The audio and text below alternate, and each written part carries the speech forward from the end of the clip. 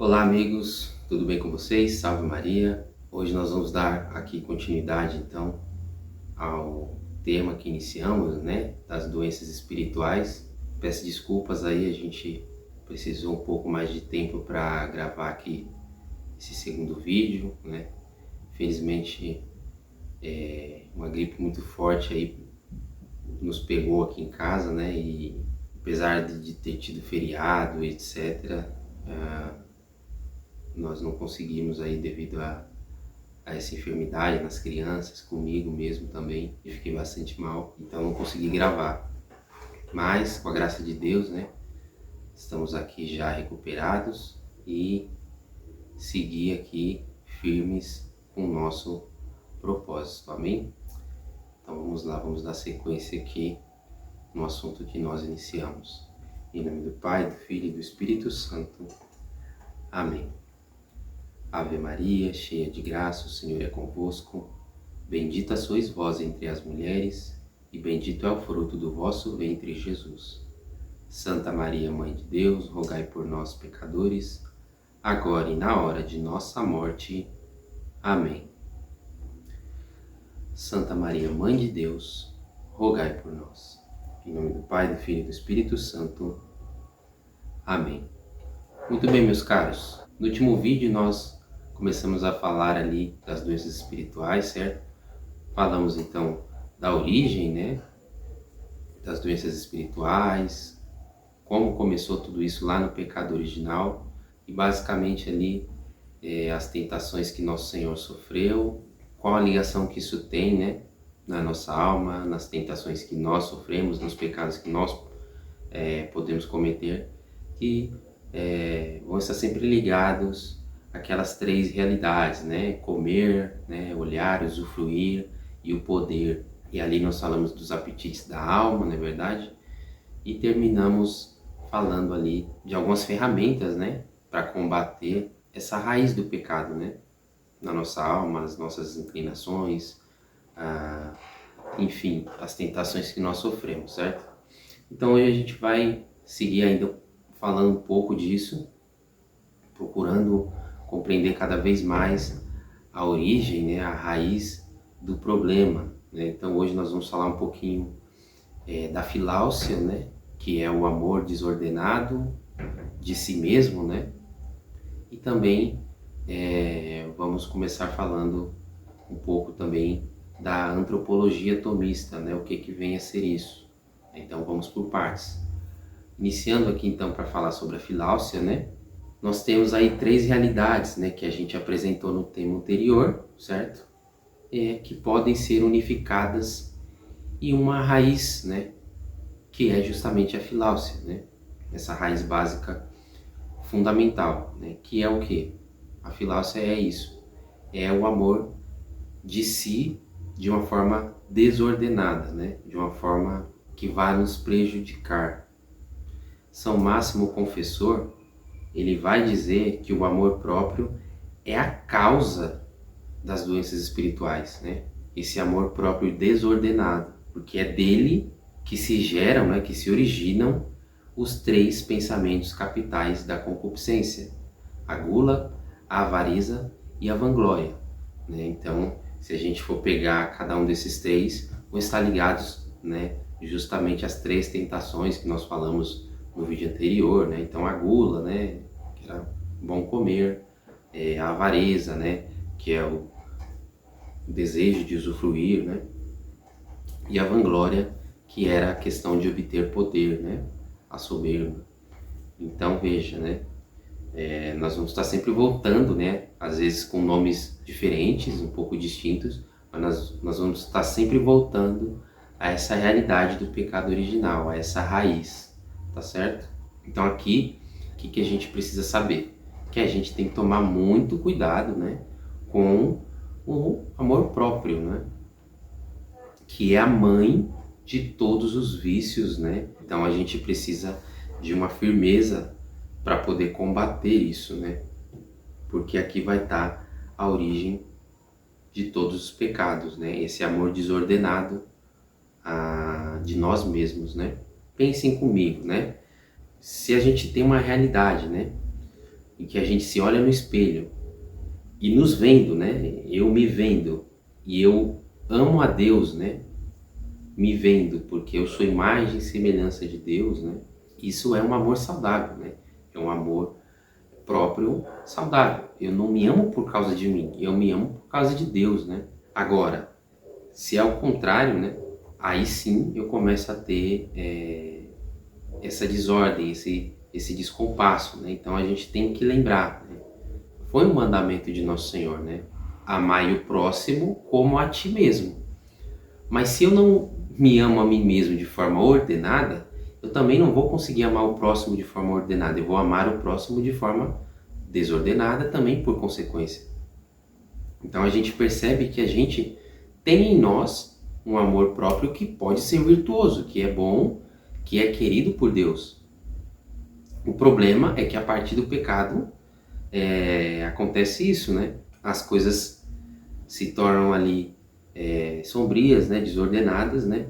E a gente deixa de se elevar, né? A Deus de uma forma correta, né? De uma forma que se espera. Então, em vez disso, aquela janela, né? Ou eu me olhando no espelho, ou eu olhando o irmão, né? Essa janela que deveria nos conduzir a Deus, né? Vai acabar refletindo nós mesmos, né? E aí vai, em vez de nos elevar, né?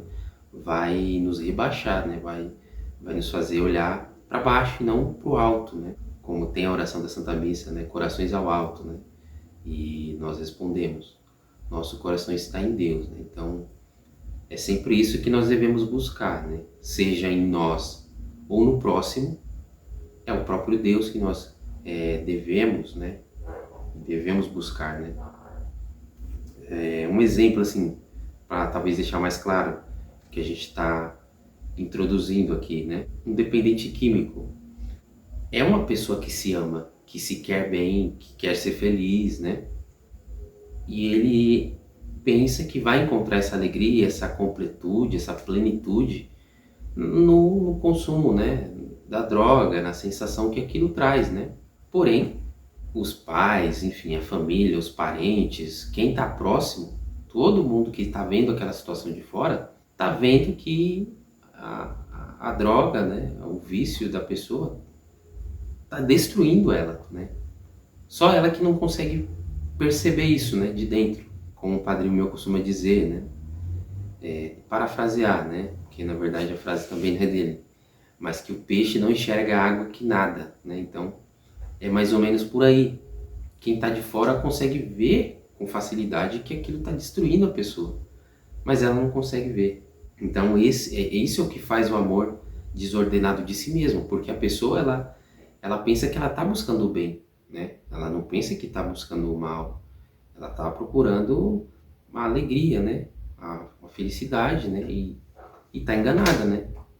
Porque está procurando no lugar errado. Uma visão espiritual, né, de uma situação como essa, quando a gente se ama desordenadamente, né? Imagina você, meu irmão, minha irmã, né?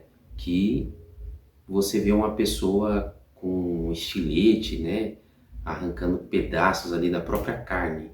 A primeira coisa que você faz é querer impedir essa pessoa, procurar ajuda, né? Ligar para ambulância, enfim, precisa.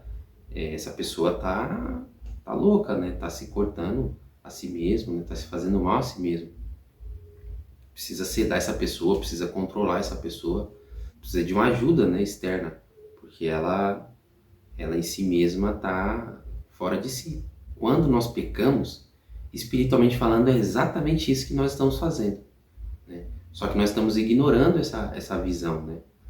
Nós não paramos para pensar isso, né? Por que, por exemplo, né, Nossa Senhora mostrou o inferno aos pastorinhos, né? Porque se nós tivéssemos também essa visão, né, do mal que a gente faz para a nossa alma quando a gente peca, então nós devemos fazer esse esforço, né, fazer esse exercício, né? Nosso Senhor no Novo Testamento falou muito mais do inferno do que do céu, né? Do lugar de choro e ranger de dentes. Então nós devemos meditar sobre essas coisas, né? E como nós não temos a visão, né, real e concreta, né, do inferno e do sofrimento infernal, Nós devemos usar essas analogias, né, para nos ajudar, né, a iluminar nossa mente, né, com a graça de Deus. Então, se cada vez que a gente for cometer um pecado, a gente imaginar que é como se se nós mesmos, né, estivéssemos enfiando uma faca, né, contra a nossa barriga, se a gente mesmo estivesse se cortando pedaços da nossa própria carne, né, se a gente fizesse esse esforço, né, de meditar isso, né, isso nos ajudaria diante das tentações, diante de situações que podem nos levar a pecar, que vão nos obrigar a fazer um esforço maior para renunciar, né, ao pecado, à tentação. Então, tudo isso, nós devemos procurar fazer essas coisas, né, meditar sobre essas coisas, para nos ajudar mesmo, né, a esse combate que é diário. Como seguimos aqui, né, um outro exemplo, né, se um noivo, né, presenteia, pede uma noiva em casamento, né, dá a ela um anel de noivado, e essa noiva, em vez de ficar agradecida com o noivo, né, ela passa a colocar toda a felicidade dela naquele bem, né, na aliança em si, né. A aliança deveria ser um símbolo do amor desse noivo, mas essa noiva coloca, né, a alegria dela naquela aliança e não na causa daquele amor, né. A aliança aí, no caso, é um símbolo, né, desse amor, não é ele concretamente, mas essa noiva se esquece do noivo e só quer saber da aliança, né? Como no filme, né, do Senhor dos Anéis ali, a tentação que causa, né, aquele anel do poder, etc. Então, veja, a gente precisa saber colocar, né, as coisas de forma hierárquica no seu devido lugar, né? Porque é isso que a gente acaba fazendo com Deus, né? Com esses exemplos aqui que eu vou trazendo, é isso que a gente faz, né? Ele nos dá a vida, né? A Sagrada Escritura diz que Deus nos chamou pelo nosso nome antes mesmo da nossa concepção. Enfim, né? O próprio Deus, né? O Verbo se encarnou, passou por tudo que passou, entregou, né? Deu a própria vida por amor a nós. E o que nós fazemos, né? Enfim, né? Nos deixou, né? Criou a terra e tudo que há para que o homem domine, né? Sobre essas coisas, sobre as coisas criadas. Mas aí o que a gente quer? A gente quer usufruir de tudo isso que Deus nos deu sem Deus, né? E aí, quando a gente tira Deus da equação, as coisas ficam desordenadas mesmo, né? Então, quando isso acontece, a gente tem um conflito, né? Entre o amor de Deus e o amor de si próprio, que Santo Agostinho vai dizer, né? No seu escrito, né? Enfim, no seu livro Cidade de Deus, que o amor de si até o desprezo de Deus causa a destruição, que é a cidade terrena, que ele chama no livro, né? Tem a cidade de Deus, né? E a cidade dos homens. E o amor a Deus até o desprezo de si próprio vai gerar essa cidade celestial, né? Essa cidade de Deus. Aqui a gente já vai tentando também traçar um caminho das pedras, né? Se eu quero amar a Deus, preciso começar desconfiando de mim, desprezando a mim mesmo, né? Porque nós não somos capazes de fazer nada de bom sem Deus, né? O próprio nosso Senhor disse, sem mim nada podeis fazer. E também ele mesmo disse, né? Quem quer me seguir, né? Ou seja, se quer me amar sobre todas as coisas, né? Renuncie a si mesmo. Então é exatamente isso que Santo Agostinho está falando, né? O amor verdadeiro a Deus vai levar ao desprezo de si mesmo, porque nós vamos olhar para dentro de nós, ver, né, as nossas más inclinações, que a gente não é capaz de fazer nada de bom sem a graça de Deus, e desconfiando de nós mesmos, da nossa força, da nossa capacidade, que vai entrar essa lógica, né, que São Paulo veio dizer para nós, que é na nossa fraqueza que o Senhor se manifesta. Mas é na nossa fraqueza quando a gente faz esse exercício, né? Não é, não, eu sou fraco, né? A carne é fraca, eu vou pecar e aí Deus vai se manifestar. Não, não é assim, né? É justamente olhando para o nosso limite e nos lançando, né, debaixo da mão poderosa de Deus, né, desconfiando de nós mesmos, sabendo as nossas limitações e confiando em Deus, né, clamando, pedindo a Deus a graça, porque, como ele mesmo disse, sem ele nada de bom nós poderemos fazer. Nós temos que ter essa consciência. E a única maneira de vencer esse conflito, né, que tem dentro de nós, né, da gente escolher, né, o amor de Deus ou o amor de si mesmo de forma desordenada, né, a única maneira de vencer esse conflito, essa desordem colocada aí no nosso coração, né, lá pela serpente, como a gente viu no vídeo passado, é fazer justamente isso, né, renunciar a nós mesmos, tomar a nossa cruz, né, cada dia, como diz Santa Teresinha também, né, cada dia basta a sua preocupação. Então, tomar a cruz de cada dia e seguir o Senhor. É esse amor próprio no Senhor que nós devemos procurar, porque se for o desordenado, esse vai o quê? Vai nos destruindo, né, cada vez mais. E é o que a gente vê no mundo hoje. As pessoas, seja onde for, né, até mesmo dentro da igreja, elas não estão mais querendo entender isso que a gente está falando aqui, né? Elas não querem saber desse tipo de discurso, né, de renunciar a si mesmo, de tomar a cruz. Por quê? Porque Deus é amor. Deus me ama como eu sou. Então eu não preciso renunciar, porque Deus ama tudo que eu sou e pronto, acabou. O amor de Deus é incondicional. Então, né, a gente vive uma crise de fé, uma crise moral, né, até mesmo dentro da igreja, né, por membros que se dizem até ativos, justamente porque ignoram isso aqui, né? Ignoram que tem um amor próprio desordenado, não querem carregar a cruz, não se pode falar da justiça divina, do inferno, porque Deus é amor, Deus ama, né? Deus me ama, ama tudo que eu sou, né? E eu já estou salvo, né? É até um germe das igrejas neopentecostais, né? Protestantes, né, que o discurso é por aí, né? Uma vez que eu aceitei Jesus como meu Senhor e Salvador, me batizei, pronto, né? Resolvi minha vida, tô salvo. Não importa se eu continuar pecando. Então, esse germe protestante, né, do neoprotestantismo, né, do neopentecostalismo,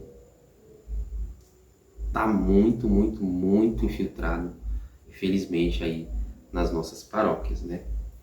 Sendo que a gente precisa ser claro e objetivo e verdadeiro, né? Por quê? Porque Deus, ele não gosta, ele nos ama sim, incondicionalmente, né? Se não fosse assim, ele não teria dado a sua própria vida, não teria dado a vida por amor a nós. É claro que ele nos ama incondicionalmente, né? Ele nos ama apesar de nós, né?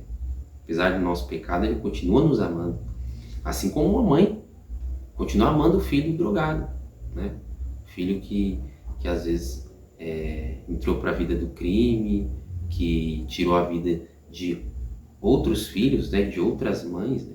Mas essa mãe não consegue deixar de amar esse filho que fez tanto mal assim. Então, da mesma forma, apesar de Deus nos amar, ele não gosta de ver o nosso egoísmo nos destruindo, né? Uma mãe jamais vai amar a droga, né, que está destruindo a vida do filho. Ela ama o filho, mas ela só vai poder odiar a droga. Ela só vai poder odiar a droga. Então, da mesma forma, Deus nos ama, mas ele só vai poder odiar o pecado que nós cometemos e que vai nos afastar de Deus. E que se nós miseravelmente morrermos nessa condição, a revelação está aí, né? No Novo Testamento, como eu disse, nosso Senhor falou muito mais do inferno do que do céu. Então, apesar de nos amar incondicionalmente, né, temos o livre-arbítrio, né? Então, somos livres, inclusive, para odiar o próprio Deus, porque quando nós pecamos mortalmente, é isso. Não está aparente, mas espiritualmente falando é isso. Existe um profundo ódio a Deus toda vez que nós cometemos o pecado mortal. Os místicos, né, enfim, os doutores da igreja também vão dizer isso, né, que quando há a Páscoa da pessoa, né, e a alma, enfim, separa-se do corpo e é julgada e é condenada, aí ela olha para si mesma, né? Ela se vê desnuda e a única coisa que ela consegue enxergar nela mesma é um profundo ódio a Deus. E é só o que há no inferno, né? Se não fosse assim, Lúcifer não ia querer perder os filhos de Deus, né? Não ia querer a nossa perdição, já que ele não tem mais condição de se salvar. Então é isso que há, né, com os anjos caídos. Só ódio, né? Um profundo ódio. Porque onde há a ausência de Deus não há amor, né? Então é isso que acontece. Então não se iluda, né? Não cai nessa conversa aí de que tá tudo bem aí você se obstinar no pecado, porque não tá, né? Esse é o pecado, né, contra o Espírito Santo, que nosso Senhor disse que não haverá perdão, né? É o pecado de se obstinar, de ter consciência do que você faz é pecado mortal, é pecado grave, e mesmo assim você continua. Você está negando uma verdade conhecida. Então não tem como se Deus te perdoar disso, porque você não quer, né? Você não quer se arrepender, você não quer mudar. Seguimos aqui então. O amor virtuoso, que é o que nós devemos buscar, ele possui então 3 elementos, né? Que já está em tudo isso que a gente disse. Que 3 elementos são esses? Deus, eu e o próximo. Então, para amar esses 3 da forma correta, né? Ou seja, com esse amor caridade, com esse amor ágape, com esse amor sobrenatural, a gente precisa ter um objeto único, que é Deus. Então eu tenho que amar Deus por causa de Deus, eu tenho que me amar por causa de Deus, e eu tenho que amar o próximo por causa de Deus, né? É sempre Deus, tá certo? Então isso aqui é um pouquinho que eu queria falar com vocês sobre a filáusia, certo? Então vamos seguir aqui agora para falar sobre um pouquinho de antropologia, mas não uma antropologia qualquer, né? Antropologia tomista. O que é antropologia, Alisson? É o estudo do ser humano, né, na sua forma total, né, de uma forma bem abrangente, completa, né? Então, Tomás de Aquino foi isso que ele fez na Suma Teológica, né? Ele olhou para o ser humano como um todo, tudo que ele compõe, né? De tudo que o ser humano é composto, né? Desde, né, da sua constituição, a sua questão emocional, a sua questão física, tudo. E ali ele explicou então para a igreja, né, para nós, deixou esse tesouro riquíssimo que é a Suma Teológica, para que a gente compreenda, né, o ser humano e tudo que há nele, né, da forma mais abrangente. Porque quanto mais a gente se conhece, menos difícil fica, né, o nosso percurso, vamos dizer assim, né? A alma humana, ela está entre as criaturas espirituais e corporais, né? Existem criaturas só espirituais e existem criaturas só corporais. E nós, seres humanos, não somos nenhuma nem outra, né? Nós temos os dois, né? Por isso que em nós, seres humanos, vão se reunir as capacidades, as faculdades, por exemplo, que tem um anjo, que é só espiritual, né? E também as potências, as capacidades animais, né? Que, enfim, que os animais mesmos só têm isso, né? Então, nós temos o que os animais têm e também temos o que os anjos têm, né? E isso é o ser humano, é essa composição, essa junção, né? Esses 2 itens, esse composto. A questão toda é colocar essa composição em equilíbrio, né? Porque o pecado original e os pecados pessoais que nós vamos cometendo ao longo da nossa vida vai desequilibrando esse composto, né, de alma e corpo que somos nós, né, seres humanos. É aí que está a tendência, né? Aí que a tendência para o pecado está escondida, né, nessa composição de corpo e alma que somos nós, né? E antes de entrar propriamente no tema, né, falar um pouquinho da antropologia tomista, a gente tem que colocar a nota de rodapé aqui, né, já que a gente está falando de alma e corpo, fazer o esclarecimento que nós cristãos, né, católicos, nós não somos platônicos, né, porque Platão ele acreditava e entendia que o ser humano era só a alma que estava presa no corpo, né? Então, o corpo aprisionava a alma, enfim, é como se só o corpo pecasse, né? Que a alma fosse boa em si, né? Mas ela se degenerasse por causa do corpo que era imperfeito. Então, ao longo dos séculos, muitas heresias, muitos erros até surgiram, né? Por causa desses entendimentos corretos, né?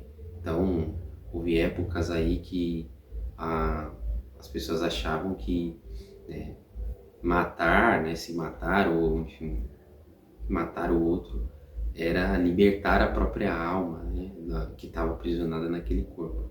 Não é isso que nós católicos cremos, né? Então, feito esse rodapé, a gente segue aqui, né? E por quê, né? Porque se a gente pensar, um animal, um cachorro, um gato, não tem alma, né? Então, se um cachorro vai acasalar com uma cachorra, pode ser até a mãe dele, né, que deu a luz a ele e depois ele acasalou com ela, não é incesto, não é pecado, né, porque ele não tem alma. Ou um jacaré, né, sei lá, uma pessoa entrou num local indevido lá e o jacaré matou a pessoa, ele não cometeu pecado, né? Agora, se uma pessoa mata outra pessoa, né, em regra geral, isso aí já é pecado. Então, por que tem isso, né? Porque os animais não têm alma, então eles não pecam. Então, se o animal que é só corpo, né, não peca, então o que ensinou Platão não pode estar correto, né? Que seria com o corpo que nós, exclusivamente com o corpo que nós estaremos pecando, né? Não faz sentido. Então, os pecados, né, e as doenças espirituais, por assim dizer, eles estão presentes nesse composto, porque sim, quando a gente comete um pecado utilizando do nosso corpo, né, para pecar, é o composto que está fazendo isso, né? Ou seja, existe um ato de vontade da alma e eu estou utilizando do meu corpo para levar, né, à concretude, né, o ato, né, da minha vontade, do meu desejo. Então, é aí que vai estar o pecado, né? Nesse composto, não só em um ou não só no outro. Então, vamos ver aqui o que São Tomás diz sobre essa composição que é o ser humano, alma e corpo. E ele começa dizendo que em nós, né, existem duas realidades básicas, né? O conhecer e o desejar, né? Uma vez que eu conheço, primeiro eu tenho que conhecer, depois eu passo a desejar, né? É nesse relacionamento de conhecer e desejar que eu começo a pecar. Por quê? Porque é exatamente nesse ponto que está a tendência do pecado, né? Ninguém vai desejar assim algo que nunca viu, nunca teve nenhum tipo de contato, nem de forma abstrata, né? É igual, né, falar para o meu filhinho aqui de 2 anos, né, que vai fazer 3 anos, oferecer algo que ele nunca comeu e ele falar, papai, não gosta. Como que você sabe que não gosta? Você nunca comeu, né? Então, primeiro precisa conhecer para depois desejar ou não desejar, né? Gostar ou não. Existe essa ordem, né? Nas coisas. E aí, falando disso, né? O ser humano, ele possui tipos diferentes de conhecimento, né? E aqui, né, eu vou citar cada um deles e eu vou estar sempre comparando com os animais, né? Um cachorro, um gato, enfim. Primeiro, né, para deixar claro que um animal não é gente, né? Porque a gente está também numa crise muito profunda, né, hoje em dia, abrindo esse parêntese aqui, né?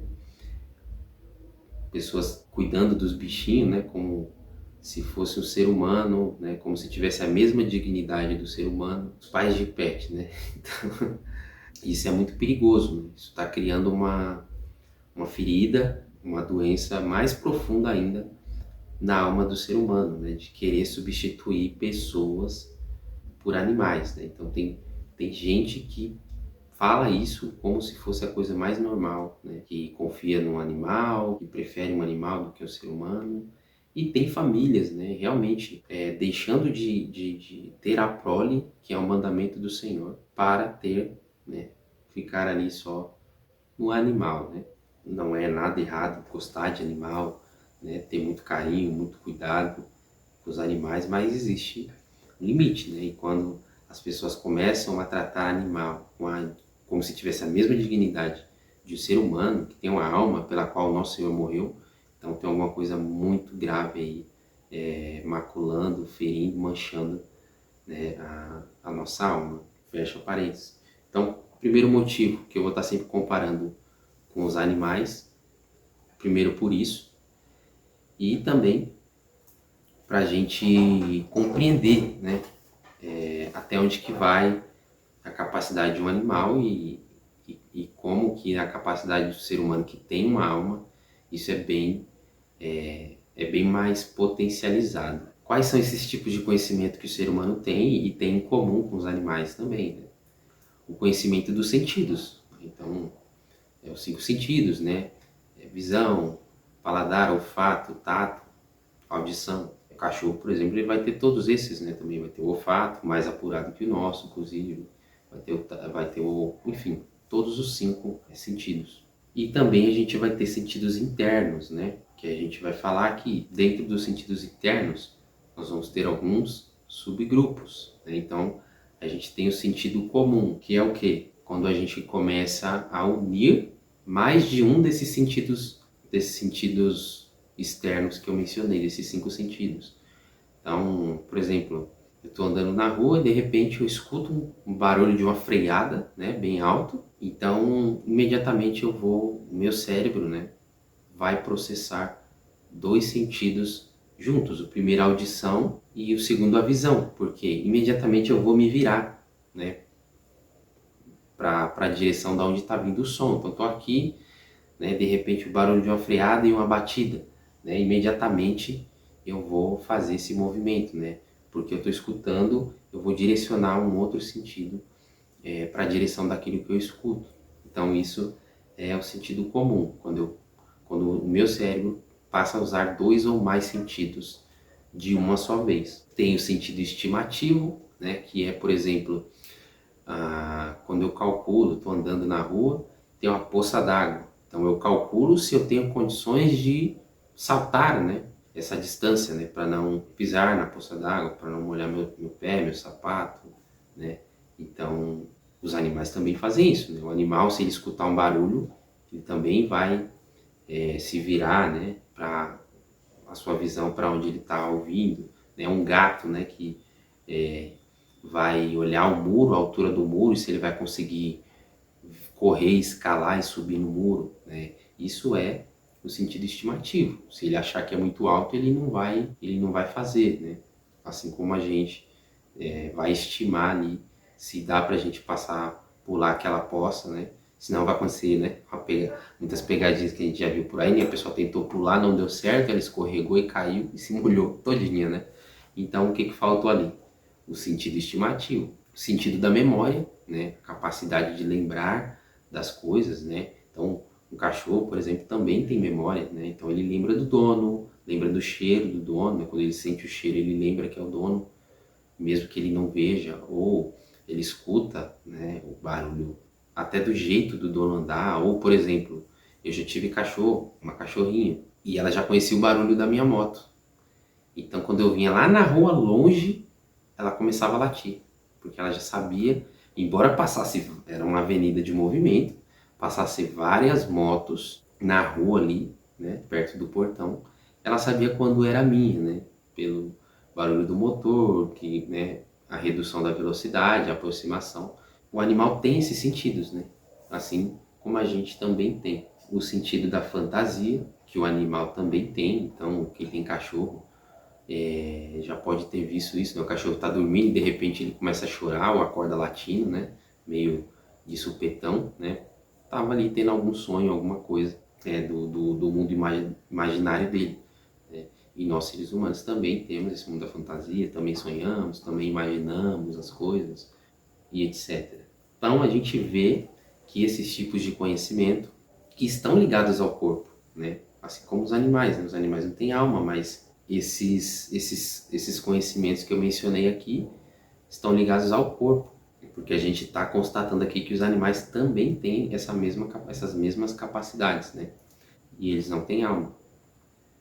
Só que, né, o homem, por ter alma, é que se adoece, né? É que pode ter essas doenças espirituais, né? Então, por exemplo, por isso que eu falo que o ser humano, tendo alma, amplia muito mais essa capacidade. Por quê? Por exemplo, na memória. Ao se lembrar apenas de coisas ruins, quando alguém faz inúmeras coisas boas, mas a pessoa só lembra daquela coisa ruim, né? Aquele episódio, né? Que às vezes até já passou muito tempo e a pessoa só consegue recordar, né? Das coisas negativas que a outra fez, né? Que são menores do que a quantidade de coisas boas que essa pessoa fez por ela. Então, quando isso acontece, a gente está vendo essa amplitude, essa capacidade da pessoa usar ali da memória e gerar, fazer disso algo ruim, algo doentio, uma doença espiritual, né? Por quê?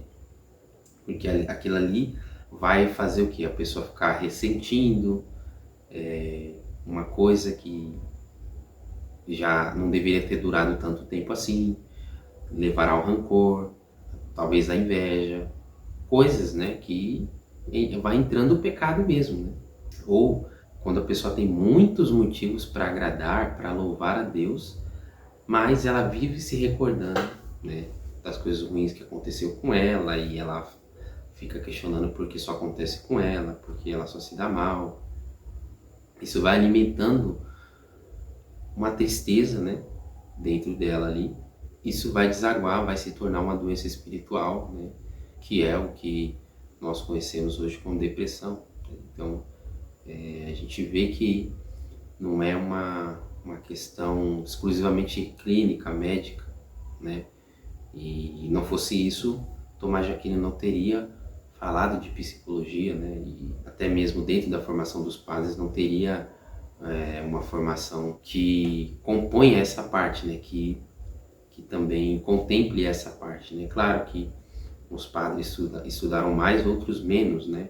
Recentemente, por exemplo, né? Só para variar, né? O padre Paulo Ricardo tem feito muitos cursos, né? No último ano sobre isso. Primeiro ele fez, acho que 1 ou 2 cursos sobre para falar da identidade masculina, porque, como eu disse, o ser humano está vivendo uma crise muito, muito profunda, né? Provavelmente a pior, né, de toda a história. Então, estamos perdendo a nossa identidade e estamos profundamente doentes, né? Então, ele fez ali um curso de identidade masculina, de identidade feminina e mais recentemente ele fez um curso, né, se eu não me engano, é terapia da ansiedade, algo assim, né, voltado exclusivamente para essa área, né, da psicanálise, da psicologia. Então, é um padre que tem se aprofundado muito nessas questões porque o ser humano está muito doente, né, nessa área das emoções, né, está muito machucado, em virtude dessas coisas que a gente está falando aqui, né. Começa nessas coisas pontuais, pequenas, mas que vão se alimentando, né, e vira aquele tsunami, né, aquela avalanche, aquele monstro gigantesco das emoções, né, e acaba acontecendo isso. Temos que ter cuidado com isso, né, observar, nos conhecer, por isso nós estamos fazendo essa série aqui, né, como algo introdutório, para a gente se conhecer, né, olhar para tudo isso que a gente está falando aqui e perceber se essas coisas estão acontecendo conosco, em maior ou menor grau. Pode estar acontecendo e para a gente estar alerta, estar cuidando, né? Estar nos conhecendo cada vez melhor, conhecendo os nossos limites e, na medida das nossas capacidades, procurar melhorar, procurar ajuda também, né? Ajuda boa, né? Ajuda especializada, enfim. Então, uma vez que a gente estabelece essas realidades, né, São Tomás diz, né, que uma vez que eu conheço essas coisas, né, então sim, eu começo a ter essa realidade que ele chama de apetite, né, que é o desejo, né, o fato de querer algo. Se aquilo que eu conheci e passei a desejar é fácil de conseguir, dentro de mim, né, está sendo usada, né, a faculdade do concupiscível. Então lembra também do último vídeo nós falamos das 3 faculdades da alma. Então aqui a gente vai fazer essa ligação agora. Questão do conhecer e desejar. Se aquilo que eu conheço e passo a desejar é fácil, eu estou usando a faculdade concupiscível da alma. Se aquilo que eu conheço, passo a desejar, começa a ser difícil, então estou utilizando a faculdade irascível da alma. Então, né, usando aqui os mesmos exemplos que a gente viu usando, né, comparando com os animais, né? Por quê? Porque até a faculdade concupiscível e irascível, né, que está ligada à realidade dos sentidos, interno e externos que a gente falou até agora, os animais também têm isso, né? Então, se o animal, se o cachorro, o gato, o periquito, enfim, tá com fome, né? Ele viu ali o vasinho de comida e ele tá ali só esperando, né? Para comer, a boca saliva, ele vai lá e come. Então, ele já conheceu que aquilo é comida, ele desejou, comeu e ficou satisfeito. Então, aquilo ali foi fácil, né? Faculdade concupiscível. Agora, se tem um cachorro ali comendo já a comida e o outro cachorro tá com fome também e quer comer, já não vai ser mais fácil. Por quê? Porque ele vai ter que brigar com aquele cachorro que tá lá comendo para poder ter acesso à comida. Então aí entra a faculdade irascível. Aquele cachorro vai ter que se irar, né, de uma forma instintiva ali, né, de sobrevivência, de poder matar sua fome. Ele vai ter que brigar por um espaço para poder também comer. Então aí entra a faculdade irascível, né? Aquilo que é árduo, que é difícil. Então a gente percebe que essas realidades estão contidas apenas na parte física, né? A concupiscível e a irascível. Só na parte física do corpo, né? Ou seja, se o cachorro morre, né, a sua alma física entra em decomposição e acabou. Mas com o homem não é assim. Por quê? Além de ter essas mesmas capacidades dos animais, né, concupiscível e irascível, ele tem uma alma espiritual. Ele tem a parte espiritual da alma. E essa alma é capaz, né, por exemplo, de ter mais do que o apetite concupiscível e o irascível. Ele vai ter o apetite racional, né, que também a gente falou, né, no último vídeo. E o que está dentro do apetite racional, né, da potência racional da alma? Lá vai estar a vontade, né? Ou seja, o escolher livremente, né, se inclinar ou não para fazer determinada coisa. Por que que os anjos, né, não tem perdão para eles, né? Porque primeiro, eles não têm esse processo de conhecer as coisas que a gente precisa, né, conhecer, né? Como é que se explica para uma criança o que é uma cadeira, se ele nunca viu uma cadeira, ou para a pessoa que quer que seja, né? Você precisa, né, de um signo, do significado e de um referente. Então, se eu falo um nome que você nunca viu, não sabe o que é, você não tem um referente na cabeça, né? Então, você tem que tentar imaginar, né? Os anjos não conhecem assim as coisas, né? Eles já conhecem as coisas de forma direta. Então, o conhecimento de Deus, até para eles, né? Eles conhecem Deus. Né? Eles não é como a gente que vê, que precisa ter esse esforço, né, na oração, na ascese, e, né, receber a graça de Deus, as graças atuais para ir compreendendo mais, né, quem é Deus, para amar mais a Deus. Né?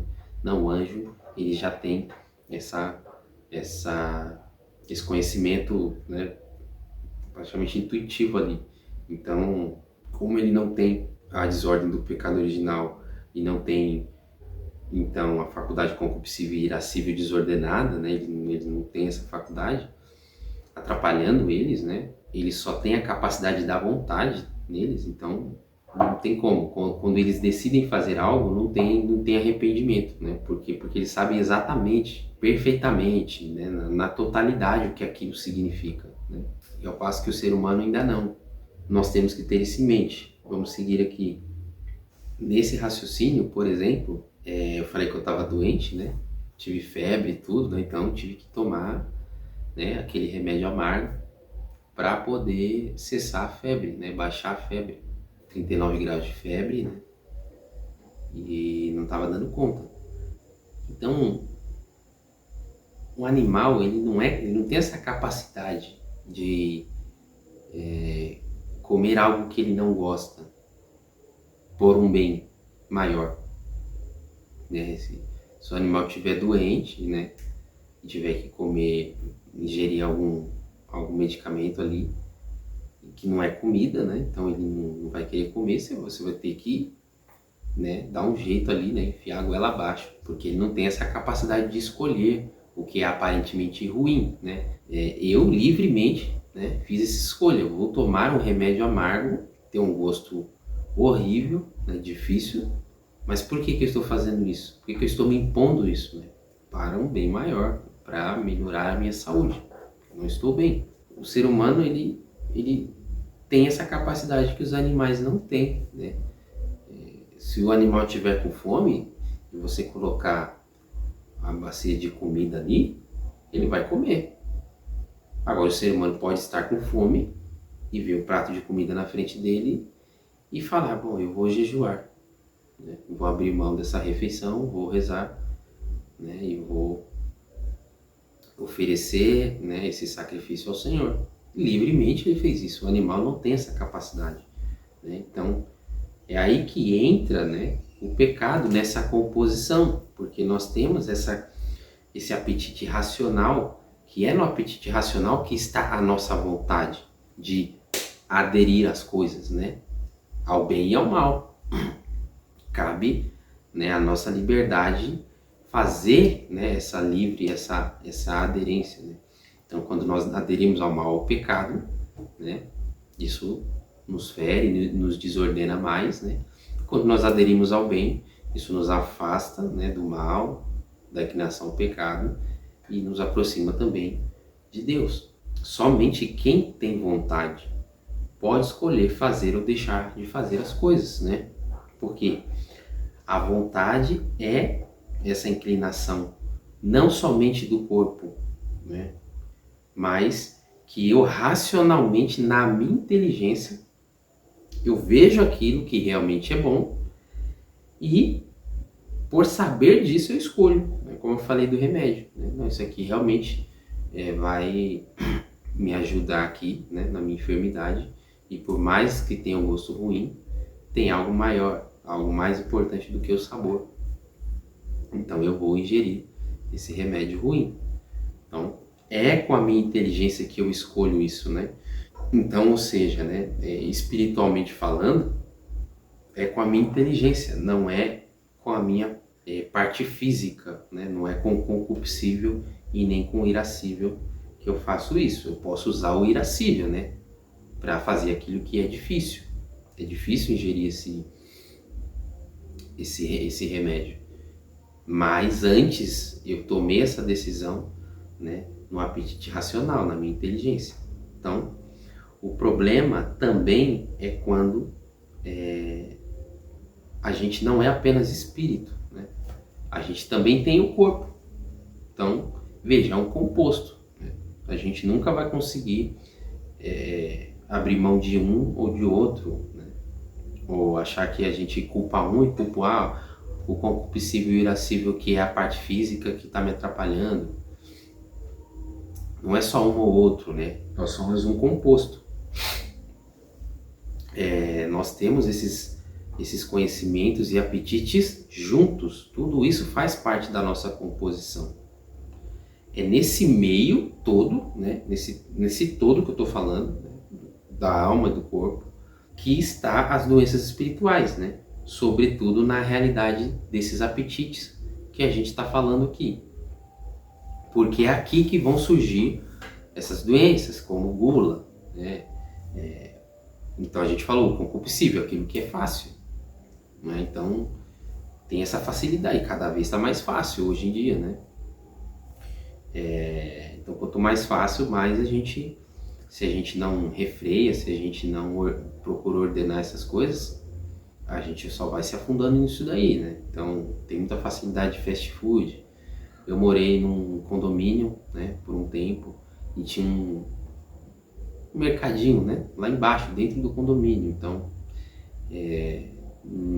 nos primeiros dias que eu estive lá, né, eu percebi que realmente eu estava me deixando levar, né, por essa facilidade, né? Então eu estava afrouxando o concupiscível e ali eu tive que usar o irascível, então, através, né, do apetite racional, para poder renunciar a isso daí, a essa facilidade. Porque quanto mais fácil, né, mais sugestivo, mais atrativo, né, era bom, né, viu que era bom, né, comer, obter, usufruir. Quanto mais as coisas ficam facilitadas, né, as ocasiões, quanto mais ocasiões de pecado a gente tem, né, de excesso, mais o concupiscível vai aflorando ali, né? Vai querendo tomar a cena, né? Nas nossas decisões. Então a gente tem que ter essa consciência, tem que criar essa consciência, tem que estar atento sempre, né? Quando a alma entra em contato com o corpo, nós temos esses apetites aí juntos, como eu mencionei, e aí é que vão surgir essas coisas, né? A gula, bebidas, né? Seja lá o cafezinho que eu mencionei no último vídeo, a coca, né? Um conhecido meu que falou que às vezes acordava de madrugada, assim, né? Tremendo, para abrir a geladeira e tomar ali, né? A Coca-Cola. Tem algo, isso não é normal, não é saudável, né? Ou seja, as bebidas alcoólicas também, o uso de drogas que eu já mencionei aqui, né? Ou as relações sexuais ilícitas ou desordenadas, né? Até mesmo para quem é casado bonitinho na igreja. Ou aquela pessoa que tem ali o desejo de ter fama, né? Que vai entrar na questão da fantasia ali, né? E também da soberba, né? Tudo isso, todas essas doenças espirituais, né? Vão se originar em tudo isso que a gente está falando aqui, né? Porque é prazeroso, né? O concupiscível ali tem muito prazer físico, né? Palatável, né? Então, quando a gente tem agora o apetite irascível doente, a gente vai ver surgindo daqui o quê? A ira, né? O rancor, a tristeza, o desespero, né? Então, pessoas que estão enfim, com essas coisas, com esses sentimentos em excesso, é problema do apetite irascível da alma, né? Com certeza, né? Então, frustrações, né? Enfim, tudo isso que está acontecendo pela influência do corpo, também não quer dizer que o corpo é ruim, né? O problema está o quê? Nesse relacionamento dessa composição de corpo e alma. Para ter esse relacionamento sadio, a alma deve ser uma espécie de cavaleiro, né? Aonde esse cavaleiro tem que domar, né? Montar nesse cavalo e domar esse cavalo.